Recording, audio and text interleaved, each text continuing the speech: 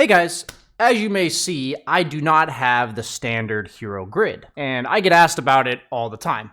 And I would like to go in depth for how I made my hero grid for 7.32 and how I will continue to make it in future patches, and something I will also continue to update you guys on whenever there are big changes. Let's go ahead and get started. This video is brought to you by Dota Plus, an app that gives you the advantage when it comes to picking just the right heroes and knowing exactly what your opponents want to pick when you load into a pub. One of my favorite things to do with the app is to load into spectator matches and see all types of scouting reports that I can get of the top tier players. Now that we've loaded into a game, we get this amazing overlay with all types of information.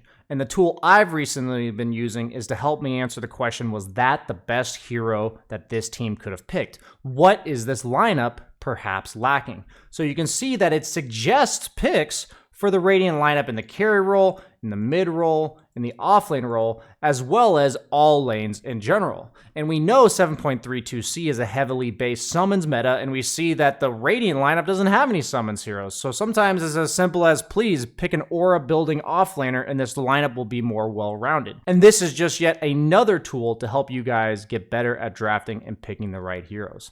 Don't hesitate to click the link in the description below and download Dota Plus today. Now let's get back to the video. Banana slam jam.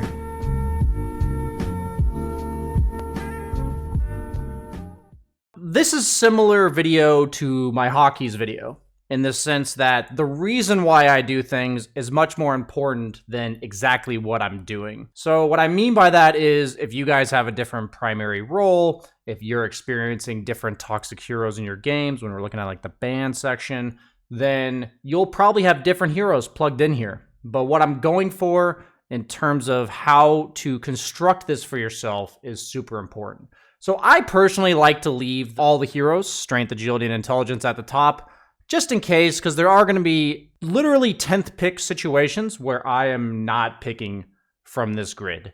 But basically, the whole point of pubs is that I find myself losing games randomly because I'm not sure what to pick, and I kind of go for like an impulse pick. And those like free losses, like I literally did it like the other day where I kind of like impulse picked Venomancer. And I lost that game pretty bad. Just a hero that's not really in the meta. I got counterpicked in lane, and it was a yikes. Those losses are basically free losses, and they make it very difficult for you to climb. There's several reasons why I make this grid, but most importantly is eliminating those impulse picks. So let's go ahead and highlight the get out of my game section and the don't forget about section. So the get out of my game section, literally last week, Marcy was at the top of this list. The reason why Marcy was there is because she can solo kill any core with just a BKB from the support role, and it's really hard to deal with in the lane in terms of the rebound dispose combo. But Broodmother has officially been promoted. And this whole thing is about, these are the three most toxic heroes for me to lane against and play against in general. Enigma because of the denies, Marcy because of the kill potential, and Broodmother because she just takes over the entire map single-handedly, that I never want to forget whether or not they're in the games, and I always nominate one of them for banning. And if the other two are not banned, I will be very well aware of it, because as you can see, their hero icon pictures are much larger than every other hero on here. It is important to note the don't forget about section, though. The reason why these heroes are don't forget about them is because if I'm first or second picking, or third, fourth picking, I want to concern myself with Undying and Nyx. Those are two heroes, in terms of cores that you would normally pick, are kind of the deny picks of the meta. Like, you don't really want to pick strength offlaners if Undying's still in the pool, and you don't really want to pick heroes vulnerable to mana burn and Spike Carapace if Nyx is still in the pool.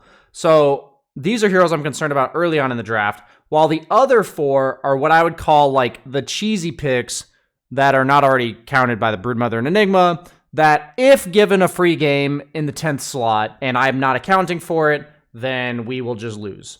So I don't it says it in the name. Don't forget these heroes are in the pool. If all of your heroes are bad against Batrider, if all your heroes are bad against Tinker, like nobody can catch him, if all your heroes can't kill Huskar, consider that with my last pick. So my automatic bans, and then heroes you might be getting cheesed by. Something like Arc Warden, I hear a lot of complaints about that you might want to put on this list. But I personally have not had struggles against Arc Warden. So something I highly encourage is that everyone has a primary role. Most people do. And you'll kind of see, based on my hero grid at the left here, how I've distributed accordingly. So you can only play so many heroes at the top level. And it's really important to reduce those free losses, is what I call them, free losses. And by consolidating your hero pool for your main role, but then also drastically consolidating it for other roles. For me, I don't have role queue, so I have to play other roles sometimes. For you guys, you have to earn role queue games, so sometimes you're going to get thrown into other roles. And I think it's actually really important to have a few heroes that are generally broken in the meta that are not your main role. So if you're stuck playing a different role than your main, I promise you, if you just take the broken heroes and say, every time I'm forced to play off lane, I'll play this. Every time I'm forced to play support, I will play this. You'll surprisingly win way more than you would otherwise in your role queue games if you were to just kind of go with it. So this is a really important part of not hemorrhaging MMR, right? Because if you're suddenly having to do 5 or 6 role games and you just lose 4 or 5 of them, that's like pretty disastrous in terms of overcoming that MMR deficit. So I really like flex picks. For example, Mirana is getting played 4 and 5 right now. Marcy's getting played 4 and 5 right now. So those are actually my 2 most go-tos because they can be flexed. So for me, since I'm kind of thrown in whatever role sometimes, I like to be able to pick heroes that flex. I've even considered Mirana off lane because I've seen that in some of my games. And since I'm stuck playing at support a lot, that will carry over into my off lane games. Primal Beast is the absolute go-to for me for 3 position and 2 position right now. His numbers are just too high, and he tends to have a game no matter how good or bad his lane goes. Like, he stomps the game if his lane goes well. He can still gank and make space if his game does not go that well. So I really like Primal there. And so for the core roles specifically, with the supports, I'm pretty much sticking with Mirana, Marcy unless they're banned, and that's what the other options are there for. Because for supports, they generally pick first round, so I can just literally first pick it. In the off lane and mid role, I'm literally picking Primal Beast if I'm first rounding. Like, that's just how it is. If Primal Beast is not in the pool, I will not first round. That's literally how I see it. And in the second round, I'll just pick from this list and hope for the best. Even if they're not the best heroes in the meta, as long as I am comfortable playing them and they're decent for the game, I can make it work. And so then we get to our carry hero pool for myself. I advocate that most people have between 3 to 5 heroes at least that they play every patch. Ideally, 1 or 2 of them would be considered meta, so that if you were forced to pick 3rd, 4th, or even 1st, 2nd, when in doubt, you pick them. So like right now, my when in doubt heroes, the higher up on this list they are is more when in doubt that they are. So what I'm basically saying is I think these carries can be viable, but I don't think they can be picked 1st, 2nd for sure. And I would be uncomfortable picking them 3rd, 4th. So if I'm picking 3rd, 4th, I'm pretty much picking the ones I've had the most success with or I think are the most versatile given like a few counters against them. So the cool thing about having this list for me is like, for instance, Naga was over here like a week ago, and I think she just keeps going up in value. So I've actually moved her from there to there. The thing is, metas develop. Sometimes small sample sizes give you like the wrong impression. And so I'm kind of tweaking this constantly. It's like, hey, I had a few good games with Morphling. I'll bump him up a little bit. Hey, SF looked really good at the start of TI, but now he's kind of fallen off a little bit. Let's bump him down to like 9th on the list. And what ends up happening is I've learned at my bracket, there's a lot of rock, paper, scissors. What I mean by that is these meta carries that people are noticing they're having a lot of success with, they'll tend to rub off. People will notice that you're winning a lot with these heroes. So suddenly I'm seeing a lot more Naga Siren. So because Leshrac hard counters Naga Siren, I'm seeing a lot more Leshracs. I'm seeing people ban Leshrac and then first pick Naga Siren.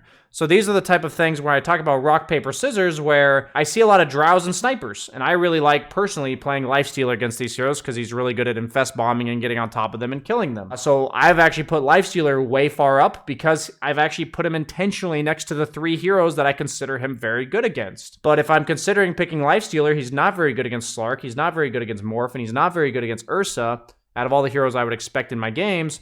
So it's even more useful to kind of know these are the heroes getting picked more often in the patch in my games because of the fact that I can kind of match them up against each other. And 10 to 15 heroes get banned every single game. So by seeing which ones get banned, I can kind of learn which one goes up in value. Pretty much the only time I ever go down lower in the list or I deviate at all from the list is when I see somebody else playing something. So I'm like, oh, I'm going to try that, like add it to the list. Or if I'm 10th pick. Because at the end of the day, the viability of a hero in a meta is simply how often you can pick them.